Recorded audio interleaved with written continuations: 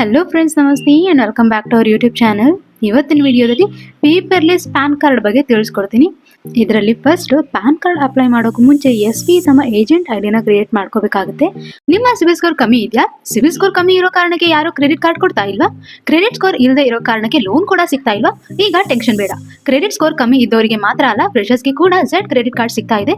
ಅದುವೇ free of cost ಅಲ್ಲಿ. Z credit card ಬಳಸಿ ನೀವು ಈಸಿಯಾಗಿ 750 ಪ್ಲಸ್ ಅಷ್ಟು ನಿಮ್ಮ ಕ್ರೆಡಿಟ್ ಸ್ಕೋರ್ನ ಇನ್ಕ್ರೀಸ್ ಮಾಡ್ಕೋಬಹುದು. ಇದು ಎಫ್.ಡಿ ಬೇಸ್ಡ್ ಕ್ರೆಡಿಟ್ ಕಾರ್ಡ್ ಆಗಿರುತ್ತೆ. ಈ ಕಾರಣ ನೀವು ಯಾವುದೇ UPI ಗೆ ಲಿಂಕ್ ಮಾಡ್ಕೊಂಡು ಕೂಡ ಯೂಸ್ ಮಾಡ್ಕೋಬಹುದು. ಎಫ್.ಡಿ ಮೇಲೆ RBI ಕಡೆಯಿಂದ 7% ಆನ್ಯುವಲ್ ಇಂಟ್ರೆಸ್ಟ್ ಕೂಡ ಸಿಗ್ತಿದೆ. ಜೊತೆಗೆ ಜಾಯ್ನಿಂಗ್ ಬೆನಿಫಿಟ್ಸ್ ಕೂಡ ಸಿಗ್ತಿದೆ. ಈ ಒಂದು ಝೆಡ್ ಕ್ರೆಡಿಟ್ ಕಾರ್ಡ್ ಅಲ್ಲಿ ಕೇವಲ 30 ದಿನದಲ್ಲಿ ನಿಮ್ಮ ಕ್ರೆಡಿಟ್ ಸ್ಕೋರ್ ಇಂಪ್ರೂವ್ ಆಗೋದನ್ನ ನೋಡಬಹುದು. ನೀವು ಝೆಡ್ ಕ್ರೆಡಿಟ್ ಕಾರ್ಡ್ ತಗೋಬೇಕು ಅಂದ್ರೆ ಡಿಸ್ಕ್ರಿಪ್ಷನ್ ಹಾಗೆ ಪಿನ್ ಕಾಮೆಂಟ್ ಅಲ್ಲಿ ಝೆಡ್ ಆಪ್ ಲಿಂಕ್ ನ ಕೊಟ್ಟಿರ್ತೀನಿ. ಹೋಗಿ ಲಿಂಕ್ ನ ಮೂಲಕ ಝೆಡ್ ಆಪ್ ನ ಡೌನ್ಲೋಡ್ ಮಾಡ್ಕೊಂಡು ಫ್ರೀ ಆಫ್ ಕಾಸ್ಟ್ ಅಲ್ಲಿ ಝೆಡ್ ಕ್ರೆಡಿಟ್ ಕಾರ್ಡ್ ನ ತಗೊಳ್ಳಿ. ಹಾಗೆ ಎಲ್ಲಾ ಬೆನಿಫಿಟ್ಸ್ ನ ನಿಮ್ದಾಗಿಸ್ಕೊಳ್ಳಿ. ಅದು ಹೇಗೆ ಮಾಡ್ಕೊಳ್ಳೋದು ಅನ್ನೋದನ್ನ ಇದರಲ್ಲಿ ತೋರಿಸ್ಕೊಡ್ತೀನಿ.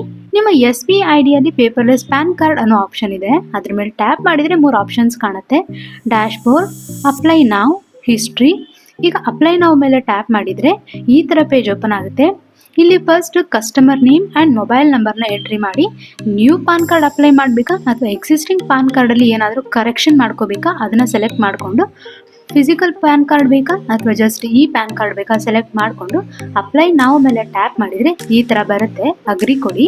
ನೆಕ್ಸ್ಟ್ ಇಲ್ಲಿ ಫಸ್ಟ್ ರಿಜಿಸ್ಟರ್ ನಾವು ಮೇಲೆ ಟ್ಯಾಪ್ ಮಾಡಿ SB ನಿಮ್ಮ ಡೀಟೇಲ್ಸ್ನ ಎಂಟ್ರಿ ಮಾಡಿ. ಲೈಕ್ ನಿಮ್ಮ name, complete address, city, state, pin code, ಆಮೇಲೆ ನಿಮ್ಮ ಮೊಬೈಲ್ ನಂಬರ್ನ ಎಂಟ್ರಿ ಮಾಡಿ. ರಿಕ್ವೆಸ್ಟ್ OTP ಮೇಲೆ ಟ್ಯಾಪ್ ಮಾಡಿದರೆ ನಿಮ್ಮ ಮೊಬೈಲ್ ನಂಬರ್ಗೆ OTP ಬರುತ್ತೆ.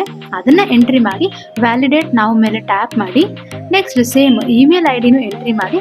ರಿಕ್ವೆಸ್ಟ್ OTP ಮೇಲೆ ಟ್ಯಾಪ್ ಮಾಡಿದರೆ ನಿಮ್ಮ ಮೇಲ್ ಐಡಿಗೆ ಕೂಡ OTP ಬರುತ್ತೆ. ಅದನ್ನು ಕೂಡ ಎಂಟ್ರಿ ಮಾಡಿ ವ್ಯಾಲಿಡೇಟ್ ಮಾಡಿ ಸಬ್ಮಿಟ್ ಕೊಟ್ಟರೆ ಏಜೆಂಟ್ ID ಸಕ್ಸಸ್ಫುಲಿ ಕ್ರಿಯೇಟ್ ಆಗಿರುತ್ತೆ.